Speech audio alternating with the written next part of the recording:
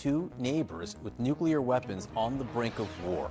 India carrying out its deepest strikes inside Pakistan in more than 50 years. We are committed to take firm and decisive action against terrorists and those who support them. China's role is very interesting here. On one hand is their iron brotherhood with Pakistan. On the other is the reset with India amid the trade war with the US. What does China value more? Let's start with a terrifying image. Hundreds of missiles scream through the night sky. They aren't drills. They aren't warnings. They are messages, sent not in words, but in fire. Targets across Pakistan and Pakistan-occupied Kashmir erupt in chaos. Military sites, communication hubs, and suspected terrorist strongholds are all reduced to craters in seconds. At least 9 confirmed locations obliterated, maybe more. But here's the shocking part. That wasn't Pakistan's worst nightmare. Not even close. Because as Indian missiles strike with surgical fury, the real tremors are being felt far beyond Islamabad, in Beijing. Yes, China. Xi Jinping has feared this exact moment for years, not because of Pakistan's pain, but because of China's investment.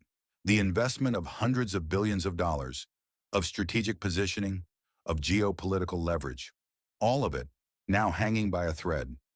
You see, this isn't just about India and Pakistan anymore. This could be the beginning of the end of China's grand strategy to dominate the 21st century. But to understand how we got here, and why the next 30 days could reshape Asia forever, we need to go back, not just weeks or months, but decades. Because this story, it didn't start with missiles. It started with a deal and ends with a trap. Chapter 1. The Spark in Kashmir. April 22nd, 2025. 5 men, M4 carbines, AK-47s, a silent border crossing. Their destination, Pahalgam, a quiet tourist town in Indian-administered Kashmir. But their mission? Mass murder. They didn't attack military targets. They didn't storm barracks. They didn't hit infrastructure. They hunted civilians, Hindu civilians. One by one, tourists were stopped, interrogated, forced to prove their religion. Recite a Quranic verse. Maybe you live. Fail? Strip. If you're not circumcised, you're assumed to be Hindu and executed on the spot. Families watched. Children screamed. Tourists died. Trauma was seared into the land. And India? India will never forget. This wasn't war. This was slaughter. And for India, that meant the rules had changed. The gloves were off. This time, there would be no diplomatic restraint. This time, there would be blood. Chapter 2.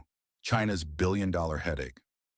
Now here's where things get complicated, because while the world focuses on missiles and airstrikes, something even more dangerous is quietly unraveling behind the scenes. Something that Xi Jinping has spent over a decade building, the China-Pakistan Economic Corridor, also known as CPEC.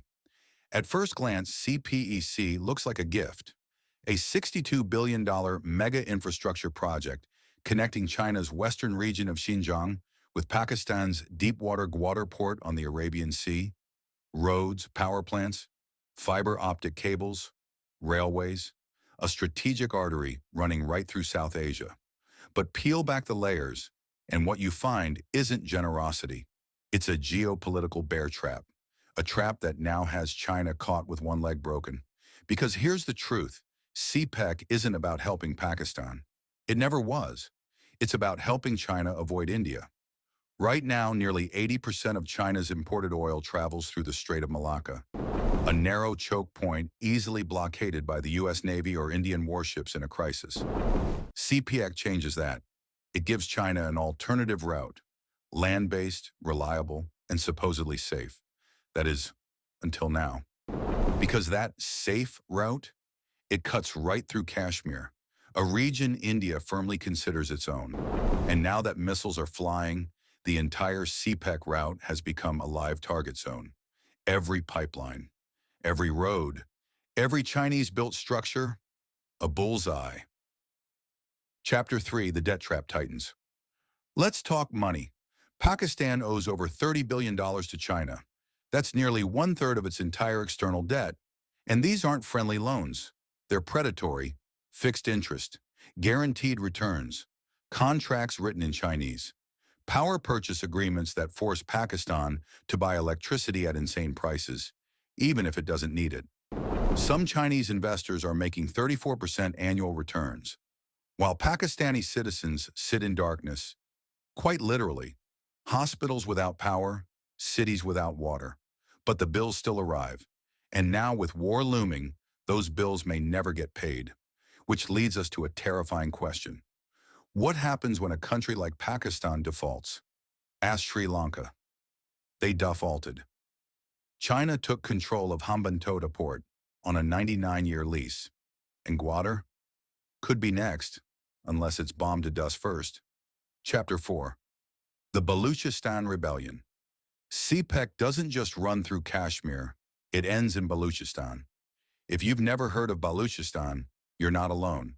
But Beijing has, and they're very nervous about it.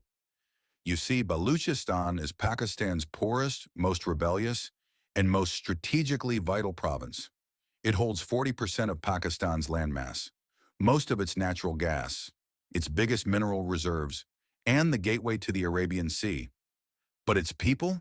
They're furious, ignored by Islamabad, exploited by foreign companies, and now surrounded by Chinese soldiers, fences, and construction sites, tribal lands carved up, locals displaced, jobs promised, but never delivered. So what happened? They fought back. The Baluchistan Liberation Army, BLA, has launched dozens of attacks on Chinese targets. In 2022, a suicide bomber killed 3 Chinese teachers in Karachi. In 2021, 9 engineers blown up on a bus. And that's just the beginning. Now imagine what happens if India's war reaches the south. Every Chinese worker, every pipeline, every port, exposed. At Chapter 5, China's dilemma to fight or flee. So here's the question haunting Beijing. Should China step in? Should it send troops, defend its projects, retaliate against India? On paper, it sounds logical. After all, over 14,000 Chinese citizens currently work in Pakistan. And the CPEC corridor runs right through Chinese-funded and Chinese-guarded territory. But there's a problem, actually several. China's economy is in crisis. The property sector has imploded. Youth unemployment is rising, debt levels are exploding, and foreign investors are fleeing. Growth is stalling, birth rates are plummeting, and the population is shrinking. This is not the moment to fight a two-front war against India and in Taiwan. Then there's another issue. The weapons are failing. In just the first few hours of the conflict, Chinese-made radar systems failed to detect incoming missiles. Chinese air defense systems couldn't stop Indian strikes, and a prized Chinese JF-17 Thunder fighter jet shot down, humiliated. This isn't just a military embarrassment, it's a marketing disaster. China is the world's second largest arms exporter, but if its weapons can't survive a few hours in real combat, that export business goes up in smoke. Chapter 6. The Taiwan Equation. And then there's Taiwan. China has long warned it may reunify Taiwan, by force if necessary. The U.S. responds with aircraft carriers alliances and joint military exercises. Now imagine, while all that tension is simmering, a war breaks out in the Himalayas. Do you think China wants to divide its military focus? Split its attention between Taiwan, the South China Sea, and now the India-Pakistan conflict? Not now, not with the stakes this high. Chapter 7, the global shockwave. Make no mistake, if this war escalates, it won't stay regional. It will become continental. India has alliances. With the US, with Israel, with France, with Russia. Yes, Russia. Moscow still sells weapons to both India and China. If war breaks out, Russia may be forced to choose, or lose both. Then there's the Gulf states, Pakistan's traditional allies, but they also trade heavily with India. The West, they want stability, but not at the cost of letting China dominate. The result? Everyone walks a tightrope, and that means one wrong move, one bomb too far, could tip the balance into something irreversible. Chapter 8, the bigger picture. Let's zoom out. This war isn't about Kashmir. It isn't even about Pakistan. It's about the future of Asia. India, once mocked as a chaotic democracy, is rising, militarily, economically, diplomatically. China, once untouchable, is now looking vulnerable. And Pakistan, a pawn, a client state, drowning in debt, trapped between collapsing alliances and burning borders. If India survives and wins, then every country in Asia will take note. If China blinks, hesitates, then its entire Belt and Road dream collapses. Because here's the truth nobody wants to say out loud. CPEC was never just a road, it was a message, a declaration that China would lead Asia and the world into the future. But now with smoke rising and alliances fraying, that message is cracking. And the world is watching. This is more than conflict, it's a crossroads. The choices made in the next 30 days could define the next 30 years. For India, for China, for everyone caught in between. And if you think this is just about missiles and borders, think again. This is about strategy, debt, power, pride. This is about the fall of empires and the rise of new ones. And the scariest part, the war hasn't even really started yet.